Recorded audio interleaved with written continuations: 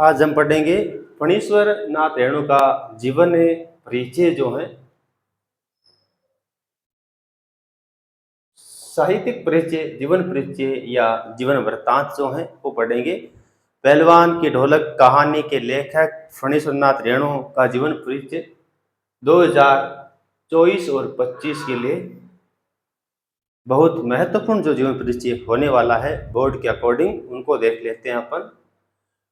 फणीश्वर नाथ रेणु का जन्म जो है वो 4 मार्च, मैंने यहाँ 4 मार्च नहीं लिखा है क्योंकि तारीख यदि अपने को स्पष्ट याद न रहे तो अच्छा है केवल सन लिख दें, क्योंकि यह गलत लिखने से अच्छा है कि इसको लिखे ही नहीं। यदि अपन को याद रहता है तो और अच्छी बात है, इसको लिखा जा सकता है। मैं ओराई हिंगना पूर्णिया, अब जिसे अररिया जिला मानते हैं बिहार प्रांत में, आपकी पहचान एक सशक्त उपन्यासकार के रूप में है, घटा हुआ है यहाँ आ जाएगा उपन्यासकार के रूप में। आपको मेला आंचल जैसे आंचलिक उपन्यास जो हिंदी उपन्यासों के विमर्श के लिए चर्चित माना जाता है, इसके ऊपर आपको पद्मश्री पुरस्कार मिला था। लेकिन आपकी प्रमुख पहचान मानी जाती है कि आपने ऐसे पुरस्कार को पापश्री पुरस्कार कहकर पुनः लौटा दिया, रखा नहीं, यह आपका अलग स्वभाव है।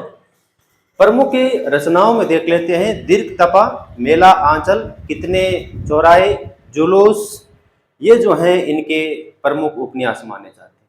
याद रखने के लिए देख सकते हैं, चौराहों पर मेलों का जुलूस, दीर्घ लगा, इस प्रकार तो याद रखा जा सकता है। चौराहे हैं, कितने चौराहे हटा दीजिए, चौराहों पर मेलों का जुलूस, दीर्घ लगा, प्रति परिकथा। तो दीर्घ तपा, मेला आंचल, ये आंचलिक उपन्यास जो है माना जाता है। कितने चौराहे, जुलूस, प्रति परिकथा इनके उपन्यास माने जाते हैं। आगे चलते हैं इनके कहानी संग्रह में। ठुमरी, आदिम रात्रि की महक, अग्निखोर, एक श्रावणी दोपहरी की धूप जो है वो इनके प्रमुख कहानी संग्रह माने जाते हैं। एक ठुमरी हो जाएगा, अग्निखोर है, आदिम रात्रि की महक है, और एक श्रावणी दोपहरी की। ये देखिए दोपहरी है, दोपहर नहीं है, कौन सा है, दोपहरी। दो होता है, दो नहीं होता, इसीलिए दोपहरी शब्द नहीं होता। दो यानी दो और पहर यानी पहर। एक पहर 3 घंटे का होता है, दो पहर का अर्थ है 6 घंटे दिन व्यतीत होने के बाद जो होता है, अर्थात 8 पहर होते हैं। 8 इंटू 3 करते हैं 24 आ जाएगा, पूरा जो कालांश है अपना 24 घंटे का पीरियड काल जो है पूरा। आगे चलते हैं। ऋणजल धनजल, वन तुलसी की गंध।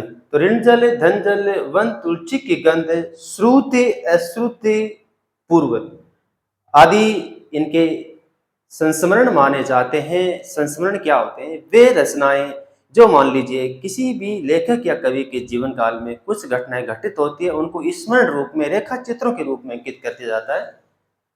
नेपाली क्रांति कथा इनका रिपोर्टाज है। तो रिपोर्टाज क्या है, तो रिपोर्टाज एक ऐसी रचना है, रिपोर्ट का ही दूसरा रूप है। रिपोर्ट में वास्तविक घटनाएं होती है, संबंध रिपोर्टाज का भी वास्तविक घटनाओं से होता है, लेकिन पाठकों की रुचि के अनुसार, मनोरंजन के अनुसार उसमें कुछ भावात्मक तथ्य मिला देते हैं, तो वो रिपोर्टाज हो सकता है।